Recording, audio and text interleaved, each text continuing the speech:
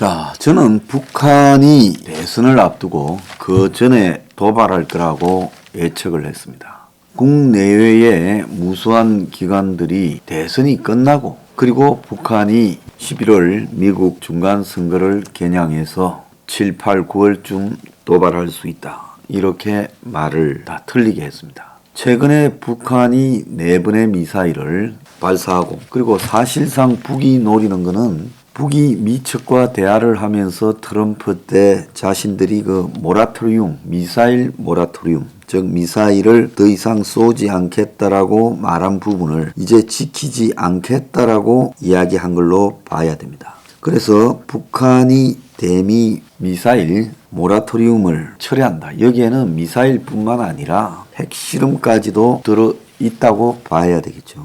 오늘 새벽에 이런 기사가 나왔습니다. 자, 그래서 현 타이밍에 북한이 이러는 이유는 무엇일까요? 그래서 저는 세계적으로 무슨 전략 전문가나 외교안보 전문가나 이런 걸로 밥 먹고 사는 사람들을 별로 안 믿는 게 북한이 사활적 이해관계를 가지고 있는 타이밍이 언제라고 보십니까? 북한의 사활적 이해관계는 한국에서 좌파 정권이 한 번 더 연장되느냐 마느냐 하는 현 타이밍이 북으로서는 사활적 이해관계를 가지고 있는 부분이다. 그래서 북은 이 타이밍에 개입을 해서 모종의 위기 조성, 벼랑 끝 전략을 펼칠 것이다. 그래서 이제 여기서 한국 국민들로 하여금 자유냐 평화냐 선택해라 이제 이렇게 압박을 할 거라 봅니다. 다행히 북쪽으로서는 매우 좋은 국제적인 정세 하나가요. 푸틴이 지금 우크라이나를 침공하려고 1300km에 이르는 우크라이나와의 국경 지역에 그러니까 크림 반도에서 남쪽에서 그 다음에 동쪽에서 그리고 북쪽에서 우크라이나를 삼면 압박하고 있습니다. 자, 결국 우크라이나가 이런 많은 전선을 막아낼 능력은 택도 없이 부족하다. 이미 러시아의 영향을 받는 친러 세력들이 점거 중인 우크라이나 동부 지역에는 소련의 특수부대가 벌써 진입했다는 이야기까지 나오고 있습니다. 그래서 미중 간의 관계도 대만 침공이니 이런 부분을 가지고 시끄러워요. 그래서 이제 한간에는 북한이 한국 대선 전에 사고를 못 칠 거라고 본 이유가 중국의 올림픽이 6월 달에 열리기 때문에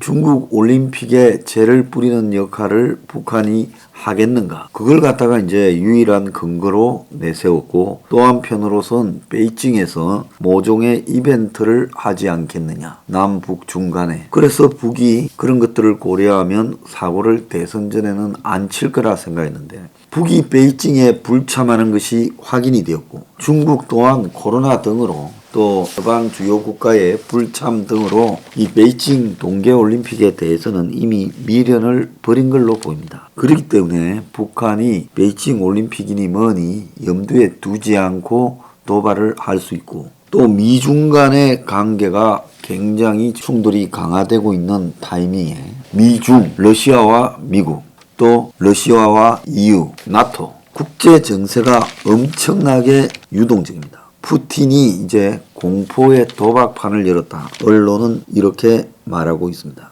자, 푸틴의 성향이 굉장히 마피아 보스 같은 도박적 기질이 강하고 지금 푸틴은 우크라이나를 상대로 한번 먹어보겠다고 장난을 치고 있습니다. 푸틴이 이런 식으로 몰고 가는데 미국 측에서는 바이든의 외교안보 책임자인 미국 백악관 NSC 보좌관 셜리반이라는 젊은 친구가 유능하다고 평가가 났는데 한때는 미국 정치계의 총아 골든보이에서 이제 완전히 무능력으로 추락해버렸다. 그래서 바이든 정부의 무능의 상징처럼 돼간다고 이야기가 있습니다. 미국이 다른 어느 때보다도 사실상 대외적인 관계에 대한 전략이나 외교술이 떨어져 있고 대통령의 결단력도 부족하다고 의심받고 있는 그런 타이밍입니다. 시진핑도 이 속에서 대만을 지금 먹으려고 하고 있어요. 현 시점에서 보면 미국이 중국과 러시아를 갈라치기 한다는 게 완전히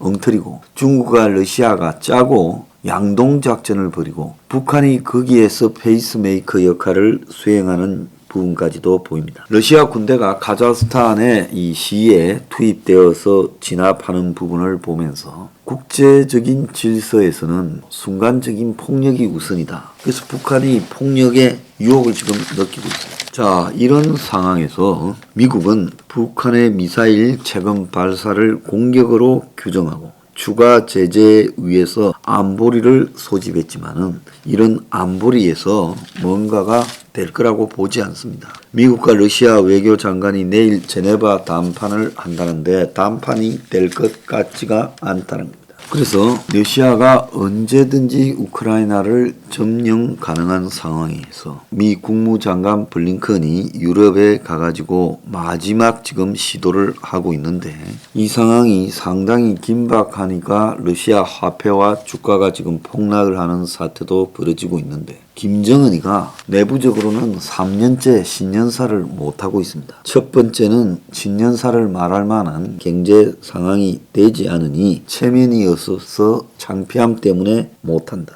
그런 이야기도 있고 특별하게 북한에 희망이 보이는 요소가 없으니까 미래를 말할 수도 없고 세 번째는 김정은이가 가짜다. 이런 논란 때문에 못하고 있다. 이런 이야기도 나오고 있습니다. 오랜 좌파 정권의 집권 기간과 또 보수 정권에서의 안위함 등으로 북한에 대해서 전혀 지금 대응을 못하는 판단 능력을 가지게 됐습니다. 그래서 오늘 새벽에 있었던 북한의 모라토리움 철회 시사, 김정은이가 새 대미 대응 방안을 설계했다. 중지했던 모든 활동을 재가동을 하고 검토 지시했다. 연이은 탄도미사일 발사와 무력 시위 등이 발생할 것 같다. 그래서 북한이 미국에 대해 선결적으로 했던 신뢰 조치를 전면 제거하겠다. 그래서 김정은이가 2018년에 취했던 핵과 미사일의 모라토리움 발사 실험 중단을 이제는 원점으로 돌아갔다. 그래서 장기적 대결에 들어가겠다고 김정은이가 직접 말했다고 북한의 노동당 기간지가 보도를 했습니다. 그래서 싱가포르 북미 순회 회담 이후 북한의 노력에도 미국이 호응이 없었다. 미 제국주의와 장기적 대결에 들어가고 실제 행동에 돌입하겠다. 그래서 미국의 적대 행위를 확고히 제압하기 위해 북이 가지고 있는 수단들을 지체 없이 강화 발전시키겠다. 라고 말하면 앞으로 북이 도발을 매우 강력하게 이어갈 거다라는 것이 보입니다. 그래서 이것은 결국 북한이 이제 이 문가리 정권 초반에 보였던 유화 조치에서 다시 적대적으로 벼랑끝 전략으로 몰고 가는데 하필이면 그 타이밍이 한국의 3월 9일 대선 직전이다. 그래서 한국의 3월 9일 대선을 노리고 북이 최악의 위기 상황을 조성하려고 할 것이다 라는 제 예측이 지금 맞아떨어졌다는 겁니다. 자, 이것은 미국의 가이드라인을 일방적으로 무시한 도발들이 지속되면서 최악의 경우에는 국지적인 재래식 도발도 있을 수 있다. 이제 이 대선 후보들이 선거에 정신 팔리고 문가리가 종전선언이나 놀러 간다고 정신 팔렸는데 나라 꼴이 북의 위협 앞에 참 위태롭게 됐다. 그렇게 생각합니다.